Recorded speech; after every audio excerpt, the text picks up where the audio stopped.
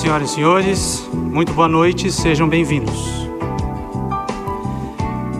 Essa solenidade foi especialmente convocada para a instalação do Juizado Especial da Infância e Adolescência da Circunscrição de São José dos Campos e para a realização da palestra Medidas Protetivas ao Trabalho do Menor, a ser proferida pelo desembargador João Batista Martins César e pelo juiz José Roberto Dantas Oliva, resultado de uma parceria entre esta edilidade e o Tribunal Regional do Trabalho da 15ª Região.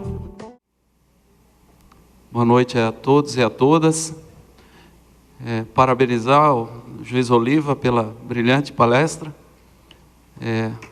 Nosso presidente, Dr. Lorival Ferreira dos Santos, nossas reconhecidas homenagens. Fico emocionado aqui hoje, porque eu sei que uma pessoa que fez por merecer tudo que foi recebido aqui, as homenagens que recebeu hoje. Senhor prefeito, senhor Carlinhos, senhor Shakespeare, excelentíssimo presidente da Câmara, a excelentíssima vereadora Amélia, em nome do nosso presidente, quero cumprimentar todos os magistrados e membros do Ministério Público aqui presentes. Advogados, servidores, senhoras e senhores, boa noite. Parabenizar o doutor Marcelo Garcia Nunes, eu acho que está em muito boas mãos o GEA aqui de São José dos Campos, é uma pessoa batalhadora, com capacidade de somar, e dentro desse perfil que o nosso presidente fala, né, de um juiz mais próximo da comunidade. Então ele está dando esse exemplo para todos nós, movimentando, e aqui fazendo esse evento na Casa do Povo, né, na Câmara Municipal, que é a Casa do Povo. Quando a gente fala em trabalho infantil, normalmente a gente lida com um lado cultural da nossa sociedade, que entende que é melhor trabalhar do que estar na rua, do que estar exposto, mas nós vamos procurar desconstruir esses dogmas aqui hoje e também fazer uma crítica construtiva aqui, logo de cara. Nós colocamos o nome do nosso evento aqui, Justiça do Trabalho, Medidas Protetivas do Trabalho do Menor. E nós vamos procurar colocar que essa expressão hoje em dia, com a Constituição de 88 e com a teoria da proteção integral, não é a mais adequada. Aqui o doutor Oliva já falou os dados do trabalho infantil no mundo, né? Estão caindo, mas não na forma que nós gostaríamos. E infelizmente vocês podem ver que alguns nichos do trabalho infantil ele não caiu, e aqui em São Paulo, que é o estado mais rico da federação, teve um aumento ainda nessa faixa de 10 aos 13, que é proibido pela nossa Constituição. Aí mais números que eu vou passar para a gente procurar fazer rapidamente aqui a nossa exposição. Acidentes no local de trabalho aqui vitimaram 8.179 crianças, né? De 10 a 17 anos no estado de São Paulo entre 2006 a 2013. Então é uma tragédia. E aí eu volto nessa questão da impropriedade do termo menor, porque o ECA, né, o Estatuto da Criança e Adolescente, a Lei 8.069/90, no seu artigo 2º, fala que a criança é a pessoa até 12 anos incompletos. É a criança. O adolescente, dos 12 aos 18 incompleto. Então, essas são as nomenclaturas usadas pela nossa legislação após a Constituição de 88. E a Convenção 182 da OIT também fala o termo criança, para toda pessoa com idade inferior a 18 anos. E essa impropriedade do termo menor tem origem no Código de Menores de 1927 e traz uma carga ideológica preconceituosa. Em 1927, nós teríamos a doutrina do direito penal do menor. A doutrina intermediária da situação irregular veio em 1979, com o Código de Menores. Só que, com a Constituição de 88, nós entramos nessa fase aí da doutrina da proteção integral. Na época de 27, o direito se ocupava do jovem a partir do momento que ele praticasse um ato de delinquência. Só isso, só aí que aparecia alguma coisa para a criança. Que perdurou também com o Código de Menores de 79, porém a Constituição de 88, a Constituição Cidadã, na feliz expressão de Ulisses Guimarães, né, que na sua promulgação falou que essa Constituição seria luz, ainda que de lamparina, na vida dos desgraçados. E eu acho que ele foi muito feliz na hora que usou essa expressão. E o artigo 227, ao adotar a teoria da proteção integral, absoluta prioridade, que é dever da família, da sociedade e do Estado. E os fundamentos dessa proteção integral, né, é reconhecimento da criança e do adolescente como sujeitos de direitos, objeção à ideia do menor coisa, né? São cidadãos em formação titulares de direitos fundamentais, inclusive de um direito fundamental ao não trabalho. Reconhecimento da criança e do adolescente como pessoas em condição peculiar de desenvolvimento, né? E a necessidade do Estado ter uma postura proativa para resguardar esses direitos previstos no artigo 227 da Constituição da República. E também, né, que esse artigo, ele não é uma norma lá de eficácia contida. Nós devemos interpretá-lo que ele tem aplicação plena, não está lá só como um dever moral, é dever de todos nós, família, sociedade e Estado. E por isso, né, que o ECA prevê um sistema de garantia de direitos, uma rede de proteção, e a CLT foi alterada, né, no seu artigo 428, pela Lei 10.097 de 2000, prevendo a aprendizagem que é em complementação a essa teoria da proteção integral.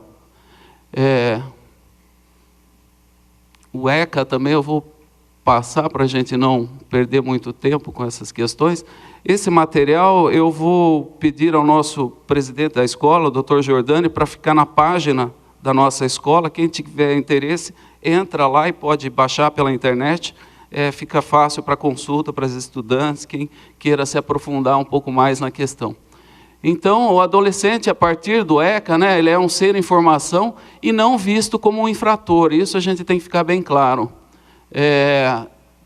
Promulgamos as convenções internacionais aí, da OIT, a 146, a 182, a recomendação 190, todos dentro desse espírito aí da proteção integral.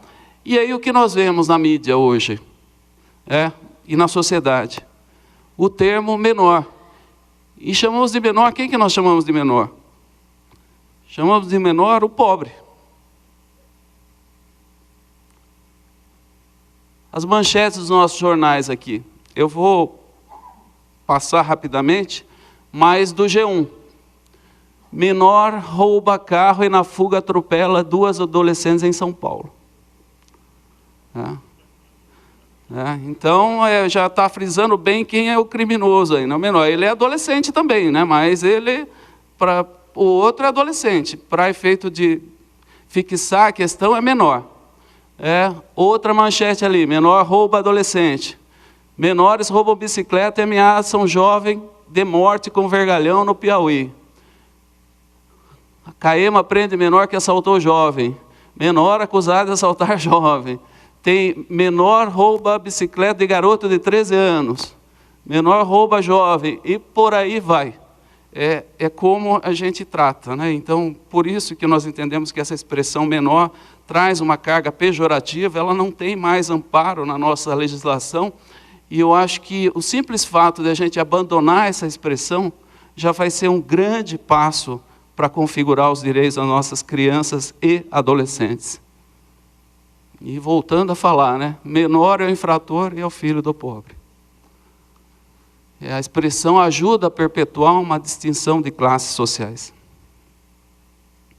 E aí alguns mitos, né, dogmas, dilemas e realidades falsos, né, mas que a gente ouve ainda no dia a dia. É um mito, né? A causa da incorporação de crianças pelo mercado de trabalho é a precarização das relações de trabalho. O trabalho é formativo, uma escola de vida que torna o homem mais digno. E a nossa realidade, né? O trabalho precoce é deformador da infância, as longas jornadas de trabalho, as ferramentas, os utensílios e o próprio maquinário inadequado à idade resultam em vários problemas de saúde e elevação de índices de mortalidade infantil. Parando para analisar essa verdade, a gente vê essa questão do maquinário inadequado e dos equipamentos de proteção individual. Eles são projetados para adulto, não são projetados para criança. A criança, quando começa a trabalhar numa serra de fita, num esmeril, ela vai tendo seu desenvolvimento normal. E os nossos filhos têm aqueles estirões, né? Em pouco tempo eles crescem muito. Essas crianças também. Uma hora passa a mão na fita, na serra, perde a mão. Essas crianças não estão em desenvolvimento esquelético, muscular completo. Elas se contaminam muito mais do que um adulto. Todas essas questões aí, o ambiente de trabalho não foi previsto para elas. Então aí elas estão muito mais sujeitas ao adoecimento, à contaminação e à mutilação. Outro mito, né? O trabalho tem que ser considerado um fator positivo no caso de crianças que, dada a sua situação econômica e social, né, vivem em condições de pobreza e risco social. É o que o Dr. Oliva colocou muito bem, né? O trabalho é para a criança em situação de vulnerabilidade, né? Não para a classe média, que já aprendeu que é bom segurar seus filhos até a faculdade, de preferência com uma pós-graduação, um mestrado, um doutorado, que aí vai ter melhores condições no mercado de trabalho. E a verdade, né? Esse pensamento implica a perpetuação da pobreza daquela família, além de discriminação, né? Quando a família se torna incapaz de prover seu próprio sustento, cabe ao Estado e à sociedade apoiá-la, e não a criança. Quando a gente admite que uma criança tem que sustentar uma família, é a inversão total dos valores. Porque a família, a sociedade, o Estado que deve sustentar essa criança, esse jovem, e não o contrário. Outro mito, né? É melhor a criança trabalhar do que ficar na rua, exposta ao crime e aos maus costumes. A verdade, trabalho não representa salvo-conduto com o crime. Crianças e adolescentes que trabalham em condições desfavoráveis pagam com o próprio corpo quando carregam pesos excessivos. São submetidos a ambientes nocivos à saúde, vivem nas ruas ou se entregam à exploração sexual. E o pior, o Dr. Ricardo Tadeu Marques Fonseca, na sua dissertação de mestrado, ele foi fazer uma pesquisa com os antigos presos do Carandiru. E nessa pesquisa ele constatou que 80% desses detentos começaram a trabalhar precocemente. Agora, em agosto do ano passado, nosso tribunal teve a honra de sediar uma reunião do Fórum Estadual de Erradicação do Trabalho Infantil. E nessa reunião, umas pesquisadoras apresentaram, de novo, uma pesquisa informando que os os jovens que estão na Fundação Casa, 80% deles, começaram a trabalhar precocemente. Então, esse é o atestado de que trabalho não vai tirar os nossos jovens da criminalidade. Pelo contrário, vai expô-los ainda mais a um ambiente que não é um ambiente adequado para uma criança, para um adolescente. Como já falado aqui várias vezes, né? Lugar de criança é na escola pública, de qualidade, em tempo integral. Esse é o principal ponto que nós devemos evoluir para a gente realmente erradicar o trabalho infantil. Outro mito, né? Trabalhar educa o caráter da criança, o trabalho é um valor ético e moral. A verdade, né? A infância é tempo de formação física e psicológica, tempo de brincar e aprender. O trabalho precoce impede a frequência escolar e prejudica a formação física, psíquica e profissional. O nosso ex-presidente, o Dr. Flávio de Campos Cooper, a quem pediu para justificar a ausência hoje aqui, que tinha compromisso, e muito nos honra integrando o nosso comitê, ele costuma brincar, né? Que a criança tem que brincar para não se tornar um adulto chato, né? Então tem que brincar agora, porque no futuro Aí sim, é um tempo de trabalho, vai ser um adulto contente, que colaborará com a sociedade. Então, na brincadeira dele, ele fala uma grande verdade. Outro mito: criança desocupada na rua é sinônimo de perigo, de algo perdido, sintoma de problema. Esse era o fundamento lá do Código de Menores de 27, né? Que abraçava a doutrina do direito penal do menor. Hoje nós estamos num novo paradigma constitucional e a doutrina da proteção integral, né? Que é a criança como sujeito de direitos e o lugar da criança na escola. Outro mito: criança que trabalha fica mais esperta, aprende a lutar pela vida e tem condição de vencer profissionalmente quando adulta. A verdade, o trabalho é árduo, né? Nunca foi estágio necessário para uma vida bem-sucedida. Ao contrário, ele não qualifica e, portanto, é inútil como mecanismo de promoção social. E pior do que isso, né? As estatísticas demonstram que quanto mais cedo o trabalho, menor as condições de realização profissional.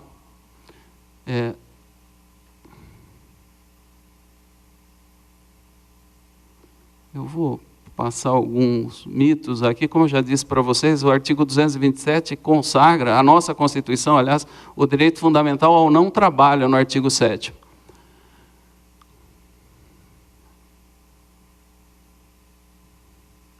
Outro mito aí: criança trabalhadora é sinônimo de disciplina, seriedade e coragem. A que vive em vadiagem se torna preguiçosa, desonesta e desordeira. O trabalho leva ao absenteísmo escolar, quando não ao abandono completo da escola. E abandono a escola é o que sobra, é o subtrabalho, quando não o desemprego. Então nós estamos tirando todo o futuro dessas crianças.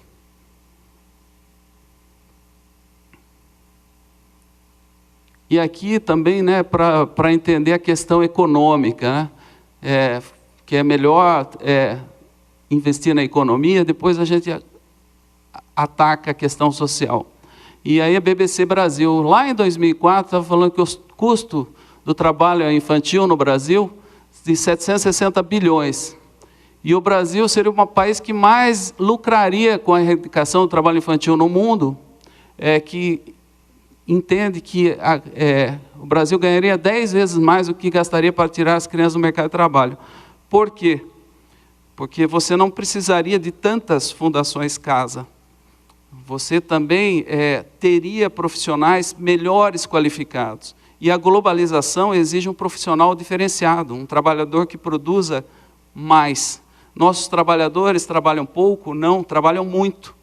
Mas nós não temos produtividade, porque esses trabalhadores não são qualificados adequadamente. Na medida que os nossos trabalhadores forem melhor qualificados, a nossa economia, no geral, vai auferir muito mais. E aí essa conta coloca toda a renda perdida, melhorar a rede de escolas, financiar campanhas e políticas, os estudos apontam nessa direção. O ECA é uma utopia, está dissociado da realidade brasileira. É preciso adaptá-la às reais condições do país. A questão do trabalho infantil deve ser enfocada sob a ótica de direitos humanos, que são fundamentais, inegociáveis e inalienáveis. É melhor trabalhar do que usar drogas. As pesquisas também demonstram o contrário. Quando ele está trabalhando, ele está sujeito, exposto às drogas, e o decreto 6481, que é a lista típica das piores formas de trabalho infantil. Quem quiser, depois também tem o link aí, entra lá e vê todos os porquê, qual a prejudicialidade que aquele jovem vai sofrer com aquele tipo de trabalho. Vem listando detalhadamente as causas. Eu tive a oportunidade, enquanto membro do Ministério Público, de fazer uma audiência pública com as agências de panfletagem em Sorocaba. E a audiência pública é um instrumento democrático, porque a gente coloca toda a sociedade para discutir e apontar os problemas e as soluções. E nessa audiência pública, falando da panfletagem, que está lá na lista típica, várias consequências do jovem panfletando, e aí, invariavelmente, as pessoas pediam a palavra e falavam: olha, meu filho estava panfletando, foi mordido por um cachorro. teve que levar lá, tomar a vacina antirrábica. Meu filho estava panfletando, foi assediado sexualmente. Porque é uma criança, é um jovem, não tem como se defender. Meu filho estava panfletando por uma empresa e recebeu um pacote de drogas. Você está expondo as crianças a isso. Isso daí nós já passamos, mas esse estudo da Fundação Getúlio Vargas, que é interessante. O salário aumenta 15% a cada ano de estudos mais. E nesse estudo, falou uma pessoa com 18 anos de escola oferiria R$ 4.454 mil de renda. E a pessoa sem estudo, R$ 392. Então, economicamente, está demonstrando aqui que o caminho é a escola e não o trabalho precoce. E a empregabilidade aumenta em 3,38 para cada ano de estudos. E matérias nos nossos jornais, reiteradamente, a má qualidade da educação afeta o futuro dos brasileiros. E agora, recentemente, saiu um estudo da Fundação Itaú Social, mostrando que o jovem, quanto melhor ele vai para a escola, mais ele ganha no futuro. O que é óbvio, nós sabemos e os estudos comprovam isso. Mais alguns mitos aí que eu vou também passar rapidamente, E esse último parágrafo, que a gente tem que parar para pensar, em determinadas localidades, o trabalho infantil de custo muito menor gera focos de desemprego ao pai da família. Você emprega o jovem e desemprega o pai.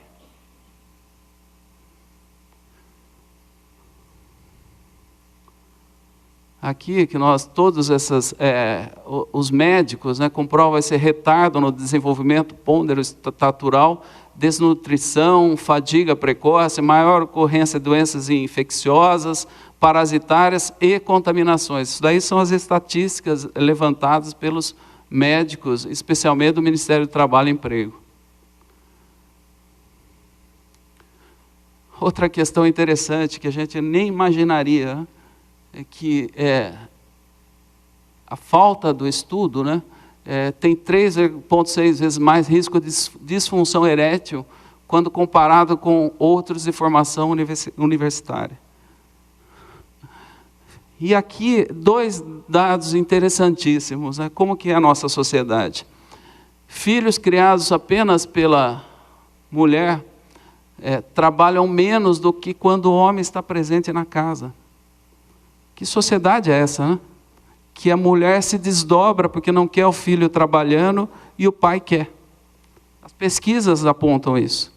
E essa questão também da mãe solteira. A mãe, ainda que solteira, também não quer que seu filho vá precocemente para o mercado de trabalho, porque ela sabe que vai comprometer o seu futuro.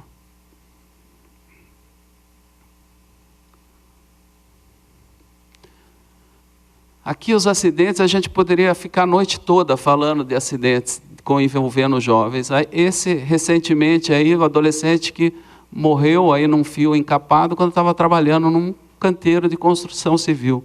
Levou um choque e faleceu. Eu tenho o caso do Gedeão, que eu atuei junto com o Dr. Ronaldo Lira. Ele estava pregando caixas de tomate e num dessas marteladas, o prego veio no olho dele. Ele tinha 8 anos, o patrão, em vez de levá-lo a um posto de saúde para ver o que tinha acontecido, falou, não, continue trabalhando aí. Ele ficou trabalhando ainda o dia.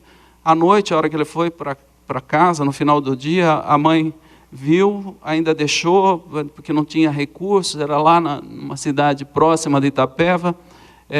Ele foi para Sorocaba no outro dia e perdeu o olho, perdeu a visão.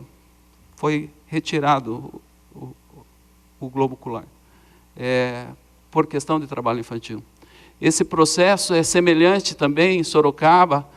Quando eu estava lá na PTM de Sorocaba, a doutora Catarina, que atuou nessa questão, a Ana Rima era uma jovem que tinha pretensão de ser modelo e muito bonita, mas como aprendiz, mas desviada da aprendizagem, ela fez jornada das 8 às 20 horas nesse dia, porque era época de final do ano e precisavam fazer cestas básicas. E uma garrafa de champanhe caiu no chão, subiu também o vidro para o olho dela, ela perdeu também o olho. E o patrão falou que não era problema dele, que isso era problema do Estado. E o tribunal da 15ª Região, numa decisão histórica, deu uma condenação milionária para essa jovem, com toda a expectativa de vida que ela teria, e a indenização foi calculada em cima da expectativa de vida. E aí a gente tem um ciclo de pobreza, né? Que é citado pelo Oliva nas informações do Caio, que é um auditor fiscal do trabalho lá do Paraná. Esse é o ciclo da pobreza. O sujeito é pobre porque assim também é seu pai. Sendo pobre, a necessidade o impele precocemente ao trabalho. O trabalho precoce prejudica o rendimento escolar quando não provoca o abandono do estudo. Sem educação, a pessoa é desqualificada profissionalmente e despreparada intelectualmente. A sorte do trabalhador despreparado é o desemprego, ou o subemprego, ou, se tanto, o emprego mal remunerado. E com parcos rendimentos do subemprego, ou sem nenhum do desemprego, o pobre dá a seu filho como única herança a pobreza. E aí está o círculo da pobreza. E aqui que nós entendemos que os juizados especiais da infância e adolescência pode ter um papel fundamental. A gente quebrar esse ciclo da pobreza, evitando que essas crianças sejam encaminhadas precocemente ao mercado de trabalho. Para que elas tenham a oportunidade de estudar e ter uma profissão e forma de oferir o seu rendimento no futuro. E dar um destino melhor para os seus filhos. A chave toda está em romper esse círculo da pobreza.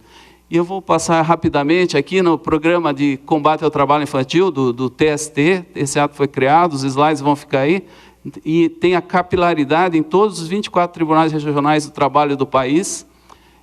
No seu artigo 2º, vem norteando, né? E o inciso 1 já fala colaborar na implementação de políticas públicas. Então, os juizados especiais da infância e adolescência vêm nesse trilhar. Colaborar aí para que sejam efetivadas as políticas públicas para a erradicação do trabalho infantil. Esse diálogo social e institucional, o nosso presidente vive falando esse novo perfil do magistrado, eu fico contente quando eu ouço o nosso presidente, porque eu também penso da mesma forma, acho que o judiciário tem que se aproximar da sociedade, ter esse diálogo, essa interlocução com a sociedade, e a educação para a prevenção. A política está amarrada nesse tripé. E com relação às políticas públicas e o judiciário, é jurisprudência tranquila do Supremo Tribunal Federal que o judiciário pode interferir em políticas públicas quando elas estão definidas na legislação do país e não são adotadas por omissão do administrador público. E no caso dos jovens, tem legislação prevendo políticas públicas que devem ser implementadas.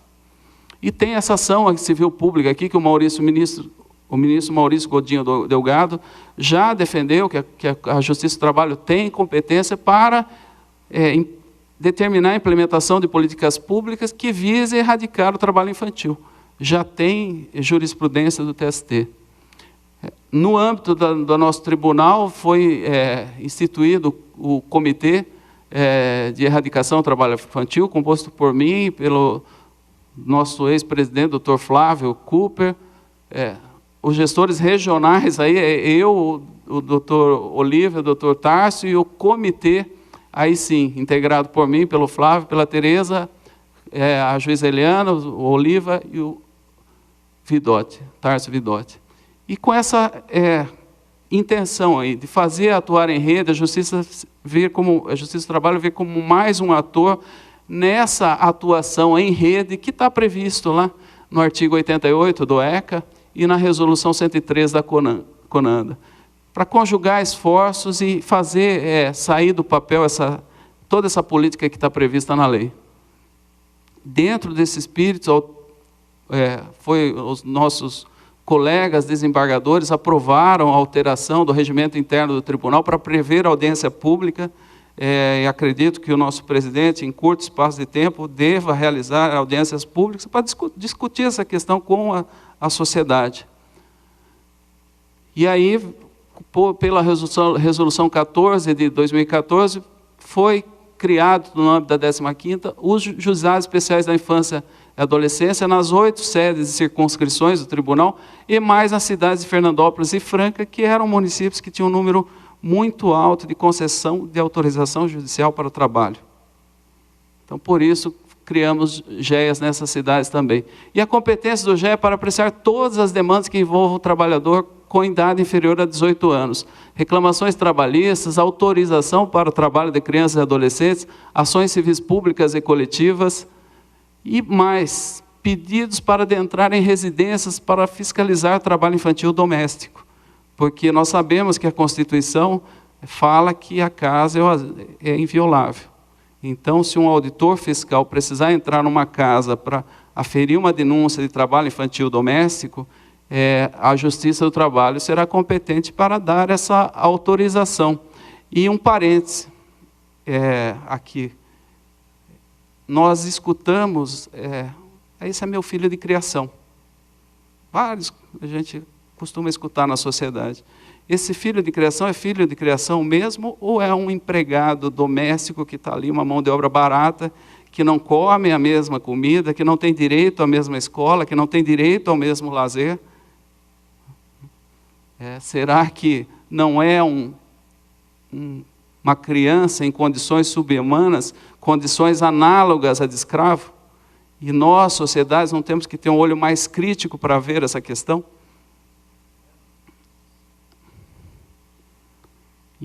Eu vou passar rapidamente agora, com a questão da competência material para autorizações judiciais do trabalho. Nosso presidente já colocou na Carta de Brasília, e essa recomendação histórica, conjunta do TRT-15, o TRT-2, PRT-15, PRT-2, o TJ de São Paulo e o MP estadual, falando que essa competência é da Justiça do Trabalho.